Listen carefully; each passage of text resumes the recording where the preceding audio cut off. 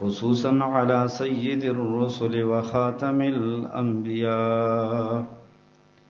وعلى آله وأصحابه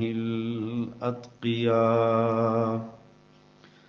أما بعد فأعوذ بالله من الشيطان الرجيم.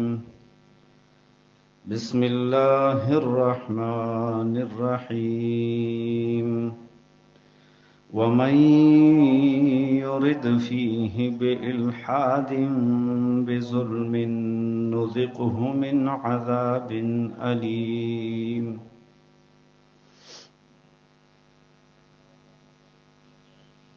قابل صد احترام معزز و مسلمانان ورونو،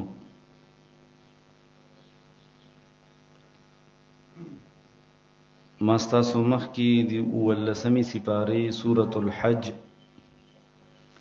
آیت نمبر 25 اخرنی حصہ تلاوت کا.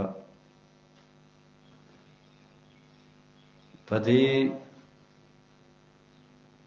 اخرنی حصہ کی اللہ رب العزت فرمائی او هر چا چې اراده وکړه په حرم شریف کې، یعنی فيه پدې کې، یعنی پدې حرم کې، بإلحاد بظلم، د گمراهی په ظلم سره، نذقه من عذاب علیم، نو وبسکو موږ دته عذاب دردناک نه. عبداللہ ابن عباس رضی اللہ تعالی عنہما دی حدیث راوی ده، او شیخ البانی رحمه الله دا حدیث تصحیح حدیث وی او سلسلة الاحادیث صحیحه کی روڑے ده. درې قسمه خلق دی چې هغه د الله رب العزت په نسبت باندې انتهایی مبغوض دي، یعنی الله ته ناخوښه خلق دي. په هغه کې یو هغه سړی دی چې څوک په حرم شریف کې د حرم په حدودو کې ګناه کوي، الحاد کوي، گمراهی کار کوي. دویم هغه سړی دی الله نه خوښ دی چې هغه په اسلام کې د جاهلیت کارونه خوښوي، د جاهلیت والا رواجونه او د جاهلیت طریقې، رسم او رواج هغه په اسلام کې وای چې خلک یو کی یا زه او کم یا په خلکو کې رایج. دریم قسم هغه خلک، هغه بنده د الله په نزد ناخوښه ده، مبغوض ده، چې کم بنده د یو بل مسلمان په قتل پسې ګرځي، په ناحقه باندې د یو مسلمان د وینې تویولو کوشش کوي چې زه دا مسلمان مړ کم او د وینې توی کم. دا درې قسمه خلک دا د الله په نسبت باندې ناخوښه خلک دي.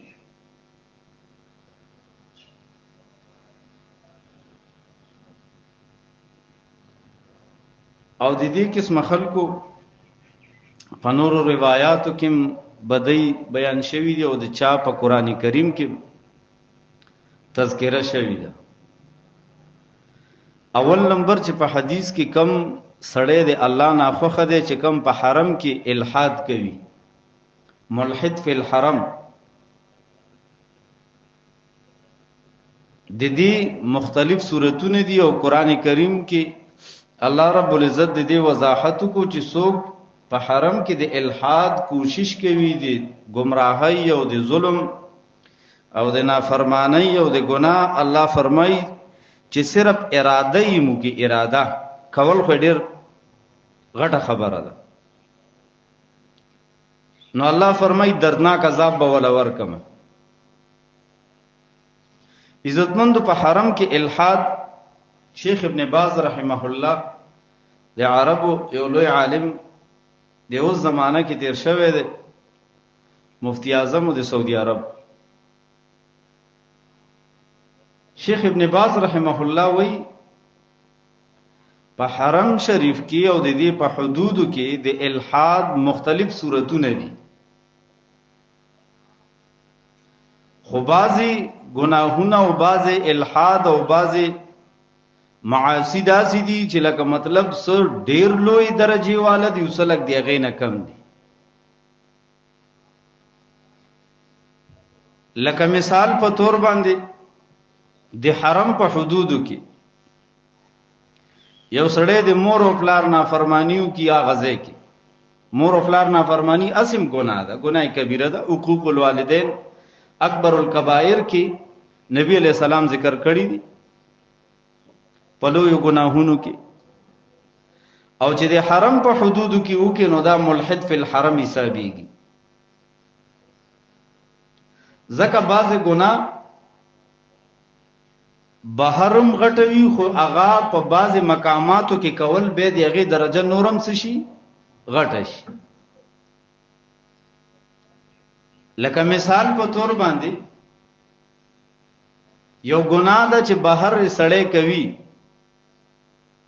د جمعات نه بهر هغه ګناه چې بیا ته د جمعات په حدودو کې کوي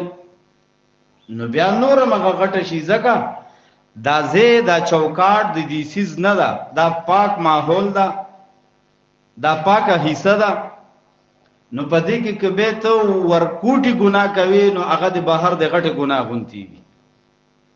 دغه شانتي یو سړی کو د حرم په حدودو کې د مور او پلار نافرمانیو کې وېدا ملحد فی الحرم حسابيږي که یو سړی د حرم په حدودو کې چې کمه پوره د حرم حدود دي پدې کې یو سړی بدکاریو کې زناو کې نو دا پس کې حسابيږي دا ملحد فی الحرم حسابيږي د الحاد کو د حرم په حدودو کې او الله فرمایي چې چا پکې اراده مو کده الحاد او د ظلم او د گمراهۍ او د ګناه نو زبوله دردناک عذاب ورک یو سړی دی هغه غیبت کوي حرم په حدودو کې کوي اوري په حرم کې ناته او بل پسې لګي شوی خبره کوي مثال دو کلیوالل تک یو ځای شو او دریم کسه منس کې روا چولو او باغ پسې غیبت سٹارټ کو نو غیبت خو اسم ګناوه قران ته منع کړیو خو اوس چې د حرم په حدود کې شو زید شو نو دغه غیبت کوون کې پکې دا ملحد فی الحرم حسابي یو سړی د بهر د سود کاروبار کوي نو سود خور ته خو اسم د الله رب العزت دی طرف نه اعلان جنگ ده او سود چې کم ده نو دا ګناي کبیره ده خو یو سړی د حرم په حدودو کې ناشتا او چا سره د سود د لین دین د کاروبار یا په واتس اپ باندې لګیا دا یا په موبایل باندې خبرې کوي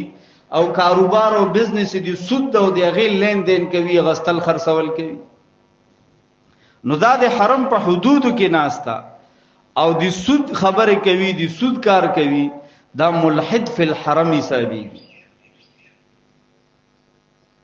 دغه شانتي د حرم په حدودو کې قتل کو سو کیو وجل پناه حق سره نو ناحق مسلمان قتلول خو اسم گناه کبیره وا قران کریم دی اغي سخ وعیدونه ذکر کړی دی و من یقتل مؤمنا متعمدا فجزاؤه جهنم لیکن یو سړی د حرم په حدودو کې داسي وکي نو دا ملحد فی الحرم حسابيږي عزتمندو یا یو سړی په حرم کې د ګوره بازي کمکلان داسې وي حرم شریف تلاړ شي طواف کوي یا د حرم په حدودو کې ناس او هغه ځای کې د یا الله مدد په ځای باندې سو یا رسول الله مدد هغه ځای کې یا علی مدد وای هغه ځای کې چې کم دنو یا غیر الله ته چغه आवाज وای یا نیکو اولیاء او بزرګانو چا نو مخلیو دغه نه امداد غواړي نو اوس ناس په کم ځای کې رغله د الله کور لې حرم شریف لې چغه د الله د توحید مرکز ده او د الله د توحید په مرکز کې ته غیر الله نه امداد غواړي الته کې غیر الله تعالی مدد څه چغه وهي، الته کې ته دا شرکیه عقیده ساتي او شرکیه الفاظ وای، نو کم سړی چې د حرم په حدودو کې داسې کوي نو دا انسان ملحد فی الحرم حسابيږي. الله فرمایي چې دغه شان انسان ته بزو دردناک عذاب ورکو چې صرف اراده یو کا بالفعل چې کار وکړو هغه ډیر لوی جرم ده. یا یو سړی په د حرم په حدودو کې د غیر الله عبادت او بندگی کوي. د بندگی مختلف طریقې دي، بندگی دام و عبادت دام چې غیر الله نه امداد وغوښتو، یا غیر الله ته سجده وکا، الته بت پرستی وکا، الته مخلوق ته چې کم دنو سجده وکا. دا مختلف طریقې دي د عبادت. نو د حرم په حدود کې یو سړی دا ګناه کوي نو دا انسان ملحد فی الحرم حسابيږي. او څوک چې داسې اراده وکي الله فرمایي زول دردناک عذاب ورکو. نو الته کې بت پرستی کول، الته کې شرک کول، الته کې هر قسمه ګناه کول د حرم په حدودو کې که یو سړی الته کې جواریو کې، که الته کې سود کارو کې، که هغه ځای کې چانه رشوت والی، که په هغه ځای کې د مور او پلار نافرمانی کوي، که هغه ځای کې غیبت کوي د حرم په حدودو کې، نو دا قسمه د نور اقسام د ګناه والا چې د حرم په حدودو کې کم سړی کوي عزتمند داسي حسابيږي ملحد فی الحرم. دا د حرم په حدودو کې د الحاد کو، د ګناو کا، د گمراهی کارو کو، د الله نافرمانیو کا. الله فرمایي چې څوک پکې ارادم د الحادو کی نو زب ورلسو کما دردناک عذاب به وسکو، نذقه من عذاب الیم، دردناک عذاب به ورته وسکو. نو عزتمند حدیث کې دغه درې قسم خلق دامه غد یو قسم والا تشریح وضاحت درته وکړو چې عبد الله ابن عباس رضی الله تعالی عنهما فرمایي نبی کریم صلی الله علیه وسلم فرمایي چې درې قسم خلق الله رب العزت ته ډیر مبغوز دي، الله تعالی خوښ دي. پاغي کې یو قسم کم یو شو چې څوک د حرم په حدودو کې الحاد کوي، د حرم په حدودو کې ګناه کوي. دې یو بل مثال بدل درکو. یو سړی دی او الته عمره لا یا حج لا اسی پدې نمی باندې لاړو. دا تاسو اکثر کسانو سعودي کې وخت تیر کړی دا عربو کې بعض سړی هغه ځای ګڼ کپای لاړ شي، هغه ځای کې پدې طواف کې په دغه کې کوشش کوي چې چانه می جیب واله، چا دې مینای نه می پیسي وېسته، چانه می غلاو کې، چا می ریالونه پټ کې. اوس دا د حرم په حدود کې بیا په مطاف کې بیت الله شریف سره دا هغه ځای کې د ګناه اراده کوي، د غلا اراده کوي، او هغه ځای کې د چانه ریالونه پټوي یا بل قسم یو غلا کوي یا موبایل پټوي یا بل یو یو سیس چې د پردې او دایره خلیو بغیر اجازه او غلا کوي. نو دا قسم څه شي دي؟ دا انسان ملحد فی الحرم دا د حرم په حدودو کې چې کوم دا الحاد او بیا د هر یو ګناه درجه مرتبه بعضی پکې ډېرې غټې دي، بعضی ورکوټي. یو سړی د حرم په حدودو کې غیر الله ته را مدد څه چغي وهي، یا لکه مشرکین مکه پکې بت پرستی بچ کوله، په بیت الله شریف کې 380 خپل بوتانی خيو او دغه عبادت او بندگی به کوله، هغه ته به را مدد څه چغي والي. نو کو دغه شانتي یو سړی پکې بت پرستی کوي، که یو سړی پکې غیر الله ته سجده وکي، کو غیر الله نه مدد غواړي، مافوق الاسباب امداد الته غواړي او دا عقیده ساتي، نو دا خو بیا ډیره لویه درجه ده د گمراهۍ. ځکه دا کفر ده، دا شرک ده، دا ګناه خو الله رب العزت نه بخي بغیر توبه خو سره اړو معاف کوي نه، چې د انسان په خپل ژوند ته توبه ونه وسته. ندی وجنا په دغه درې قسم خلکو کې چې کم درې قسم خلک الله تعالی خوښ دي، یو پکې کم یو شو چې په حرم په حدودو کې یو سړی د الحاد یعنی د ګناه اراده کوي، الته کې ګناه کوي د حرم په حدودو کې، دا ملحد فی الحرم شو. دا انسان الله ته انتهایی ناخوخه انسان ده، دته مبغوز وي، د الله په نسبت باندې ډیر زید د الله بدیش، د الله ور سره بغض ده، د انسان سره ناخوخه ده دا انسان. دویم قسم حدیث کې چې رضی عبد الله ابن عباس رضی الله عنهما فرمای عزتمند هغه انسان چې هغه مسلمان ده کلمه ویلی دا اسلام په چوکاټ کې داخل لا د مسلمانانو په معاشري کې اوسېږي او بیام په اسلام کې د جاهلیت والا کارونه کوي. په اسلام کې کم کارونه کوي؟ د جاهلیت کارونه. نو د جاهلیت ډیر کارونه دي سيدي په احادیثو کې ذکر دي. لکه مثال په تور باندې یو زنانه ده هغه کرمړې وشو یا ورکره څه تکلیف راغو اکسیډنټ وشو یا فوتګي وشو مړې وشو او دا زنانه چې کم دا اوس د جاهلیت اوازونه دته د جاهلیت اوازونه وای. لکه نبی کریم صلی الله علیه وسلم فرمایي دا ستاینه چې کوي من ضرب الحدود وشق الجيوب ودعا بدعوى الجاهليه. نبی سلام فرمایي کنه فلیس منا زمون نه ده په مونږ کې دا انسان نه ده یعنی دا زمون په طریقې نه ده دا زمون په سنتو نه ده. کما خذا من ضرب الحدود چې هغه په مړی کې څه کوي خپل مخ وهي خپل مخونه وهي. حدود حد چې کم د اننګی ته وای دی مخته. نو کما زنانه چې حدود وهي مطلب مخونه وهي ځان له پمړی کې او وشق الجيوب او ځان له خپل گریوان رسلوي دي ځان نه جامې رسلوي د غم پټیم کې د غم اظهار په دې طریقې سره کوي ځان نه گریوان راوښلوي ځان نه ویختره شو کوي مخ ته چپل نیولې دا یا مخ په سپېړو باندې وهي او باز دې سی وی چې پزان کو نه شو کر ځان لخته وشلوي د غم دلاس او یا ودعا بدعوى الجاهليه د جاهلیت اوازونه وباسي. د جاهلیت ستاینه چورته مونږ تاسو ستاینه کوي داسې طریقې سره نوحه کوي چې پاغه کې د مړی داسې صفات بیان کی چې هغه د غیر لایق نه وي یا د الله رب العزت نه په ګلې شکوي کوي چې خدای مونږ دی لیدلی او بس د ما زوی دی لیدل او د ما خاوند دی لیدل او خدای بس مونږ دې مړو کو وای دې نور دومره دیو دې دینه نه خاله او دا ما سو ظلم کړو دا سکی څه بس دا د مختلف قسمه کلمات د خلین او باسی د ظلم یعنی مطلب د مرګ په ټیم کې د تکلیف په ټیم کې دا د جاهلیت اوازونه دي. اوس یو انسان مسلمان ده او په اسلام کې بیا د جاهلیت کارونه چي کوي یا مثال په تور غم خادای کې د جاهلیت والا کارونه کوي رسمونه رواجونه پکې کوي په وادونو کې چې دانن سبا دا کم دیندوانو رسمونه چي کیږي